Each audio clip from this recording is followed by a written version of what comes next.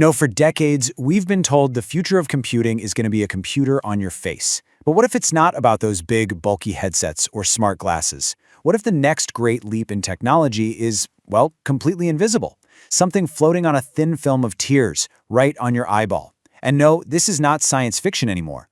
We're talking about the very real future of smart contact lenses. And this, right here, brings us to the biggest question of this whole explainer. Could this be the end of the screen as we know it? The end of us looking at our devices and the beginning of simply looking through them.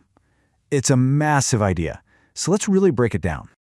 So to really get the promise of this tech, you've got to look at the problem it's trying to solve. On one side, you have today's reality, smart glasses and headsets. Let's be honest, they're heavy, they're obvious, and they create what people in the industry call social friction. That awkward feeling of talking to someone who's wearing a computer on their face. But on the other side, you have the promise, a totally invisible interface. It's seamless, it's discreet, and it's socially invisible. It's really the difference between wearing your computer and kind of becoming one with it. Now, this isn't just some random jump. The entire history of computing has been this slow, steady march toward making our technology more personal and, well, less in the way. Just think about it. We went from giant mainframes that filled a whole room, to PCs on our desks, to laptops, and now to the phones that basically live in our pockets. Every single step made the tech more intimate. And that brings us to what feels like the end game of this whole journey. The logical conclusion isn't a device we carry around, but one we wear so seamlessly that it just becomes part of our own senses. Yeah, the final frontier isn't about making better phones, it's about merging our digital world directly with our vision. So the big question is, how on earth is this even possible? How do you cram a display, a processor, a battery, and all these sensors into a flexible little lens that's thinner than a piece of paper? The engineering here it's just absolutely mind-boggling. So let's get into it. Okay, so the heart of the smart lens is this tiny, tiny marvel, the femto projector. We're talking about a micro LED display that is literally the size of a grain of sand. And here's the cool part. It doesn't project an image onto the lens. No, it projects light through your pupil directly onto the fovea. That's the part of your retina that sees in super high detail. And because the projector moves with your eye, the image it creates is perfectly stable no matter where you look. It's just there. Right, but how do you power it? You can't just plug in your eyeball. Well, there are 3 incredible innovations happening right here. First, you've got these ultra-thin, solid-state micro batteries that are embedded right into the lens material. Second, inductive charging.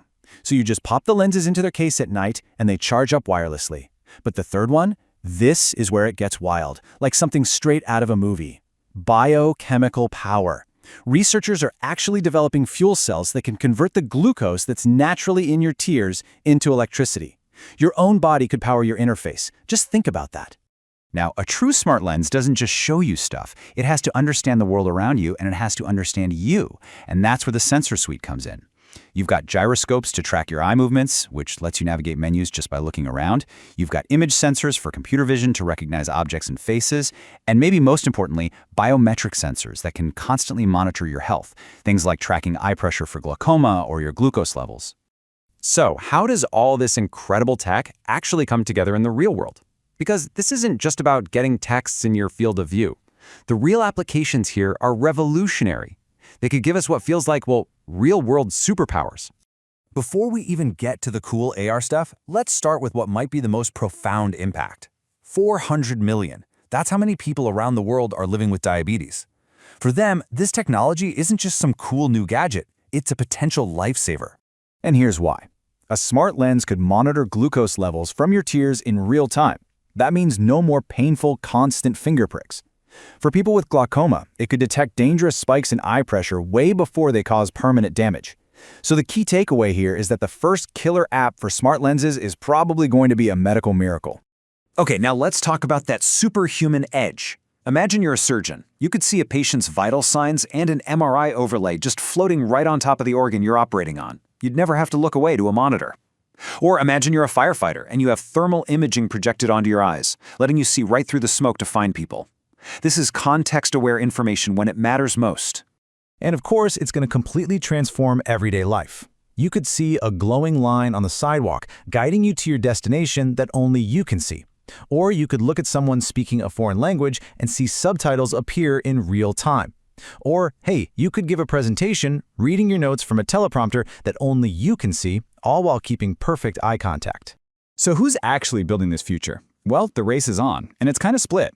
You have the pioneers, like Mojo Vision, who proved the whole femtoprojector concept could actually work. Then you have startups like Inwith and Expansio, who are tackling things like soft materials and deep tech like night vision.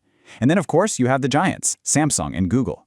They're already holding patents for stuff like built-in cameras and blink-to-capture tech, which tells you everything you need to know about their huge consumer ambitions.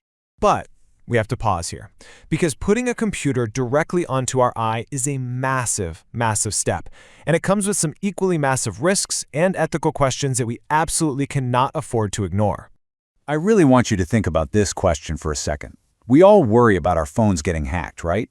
But what happens when the device being hacked is inseparable from your own perception of reality? What happens when an attacker can literally control what you see? These challenges really boil down to three main areas.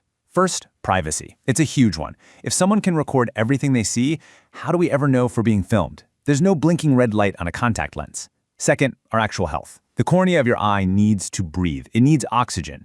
And if you cover it with electronics, you risk starving it of that oxygen. And third, data security. This idea of visual hacking is a terrifying new threat where somebody could create digital hallucinations or overlay false information onto your world. So with all that incredible technology and all those serious challenges in mind, what's the actual timeline here? When might we actually see this stuff move from science fiction to the store shelf? Well, the rollout is probably going to be phased. Right now, and for the next couple of years, we're in the clinical trial phase, focusing on those medical diagnostic lenses. From there, probably between 2027 and 2030, we'll start to see adoption by professionals who need that hands-free info. Think surgeons and soldiers. And then in the 2030s and beyond, that's when the consumer market is expected to really open up. With these AR lenses starting to do everything our smartphones do today, ultimately, this technology represents a huge paradigm shift. It's the moment the barrier between our digital world and our physical world basically dissolves.